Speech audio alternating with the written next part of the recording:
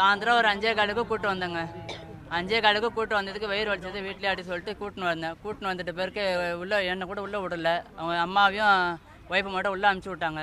உள்ளே அனுப்பிச்சி இவங்க மட்டும் தான் உள்ளே போனாங்க. இவங்க மட்டும் தான் உள்ளே போனாங்க.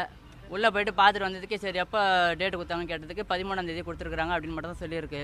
சரி வீட்டுக்கு போகிறீங்களா அப்படின்னு கேட்டதுக்கு இல்லை நீங்கள் போய் வாழைப்பழம் சாப்பிடுங்க அப்படின்னு சொல்லி அனுப்பிச்சி விட்டாங்களாம். அப்புறமேட்டு வந்து 5:45 வரைக்கும் இங்கே தான் இருந்தேன். இங்கே உடம்பு முடியலான்னு இங்கே படுத்துக்கிச்சு. சரின்னு சொல்லிட்டு எனக்கு ஓலா ஆட்டோ புக் பண்ண தெரியாதுன்னு சொல்லிட்டு ஒருத்தர் பக்கத்தில் இருந்தால் போல் அவர்கிட்ட புக் பண்ணி சொல்லிட்டு 5:43க்கு இங்கேருந்து கிளம்புனேன். ஆட்டோ புக் பண்ணி தான் இங்கே ஆட்டோவில் இங்கேருந்து தான் ஏறினேன். ஏறிட்டு வீட்டுக்கு போகிறதுக்குள்ளாரு அப்புறமேட்டு வயிறு வலிதுன்னு சொல்லிட்டு ஹாஸ்பிட்டலுக்கு சரி கோருக்குப்பேட்டை ஹாஸ்பிட்டலுக்கு கொண்டு போயிட்டு கொஞ்சம் எனக்கு எப்படி இருக்குன்னு தெரியாதுன்னு சொல்லிட்டு வயிறு வலிதுன்ட்டு அப்புறம் பார்த்தாக்கா தலை மட்டும் வெளியே காமிச்சு விட்டாங்க.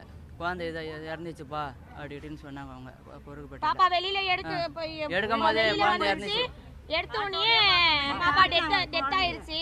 10 மணிக்கே வந்து பார்த்துருந்தா குழந்தையும் தாயும் நல்லா இதா இருப்பாங்க. இங்க வந்து அவங்கள தொட்டு கூட பார்க்கல, நோட்டு கூட செக் பண்ணல சார். அவங்க அப்படியே ரிட்டர்ன் அனுப்பிச்சிட்டாங்க. ரிட்டர்ன் அனுப்பிச்சு இந்த மாதிரி மோஷன் வரல அப்படின்னு சொல்லவும் போய் வாழைப்பழம் சாப்பிடுமா மோஷன் வரும் அப்படின்னு சொல்லி அனுப்பிச்சிருக்காங்க.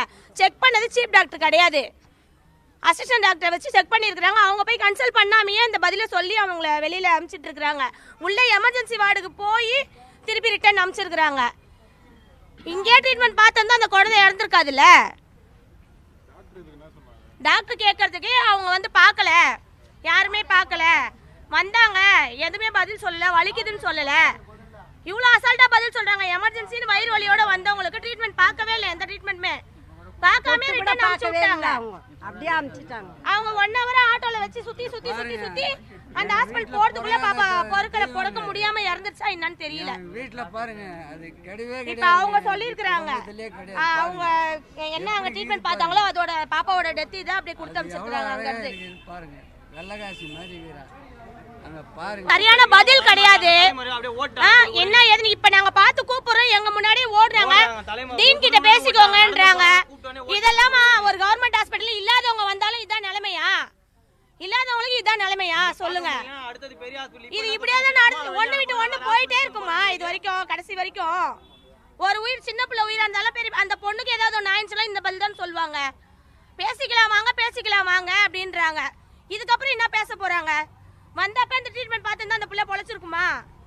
பாருங்க என்ன அரகுறை. இப்ப பெரிய ஸ்கூலுக்கு இப்ப பேஷண்ட் அனுப்புங்க. அவங்க அம்மா நாங்க பெரிய எக்மோர் யாரங்கனா மூவ் பண்றோம்னா நீங்க ஃபர்ஸ்ட் எங்கன்னு சொல்லுங்க. நான் அதுக்கு வெளிய பண்ண மாட்டேன்றாங்க. நாங்க வெளிய பாத்துக்கறோம்.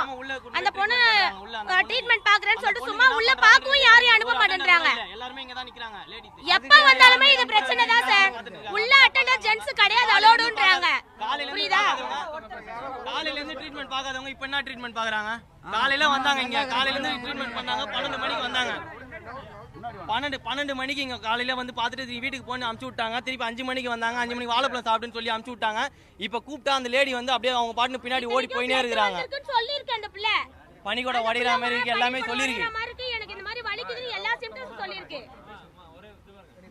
சார். அவங்க வந்து இப்ப கூட ட்ரீட்மெண்ட் உள்ள பண்ணிட்டு இருக்கேன்றாங்க சார். ஆனா உண்மையா பொய்யான்னு கடவுளுக்கு தான் தெரியும், யாருக்குமே தெரியல. அந்த பொண்ணை தனியா கொண்டு போய் வச்சிருக்காங்க. ஒரு அட்டெண்டர் இவங்க தான் உள்ள இருந்தது, பாப்பா வச்சுன்னு இவங்க தான் இருந்தாங்க. இவங்க கூட போறேன்னதுக்கும் இவங்கள நீ உள்ள வராதீங்க, நான் போய் 18 மணி நேரம் கழிச்சு தான் சொல்ல முடியும்ன்றாங்க. நான் வேற ஹாஸ்பிட்டல் மூவ் பண்ணிக்கிறேன் இப்ப கூட. ஆனா இன்ன வரைக்கும் கண்ணால காட்டல அந்த பொண்ணு. இன்னும் அந்த ஹாஸ்பிட்டல் இருந்து இங்க வந்ததோட சரி, இன்னும் யார் கண்ணிலுமே காட்டல அந்த பொண்ணு.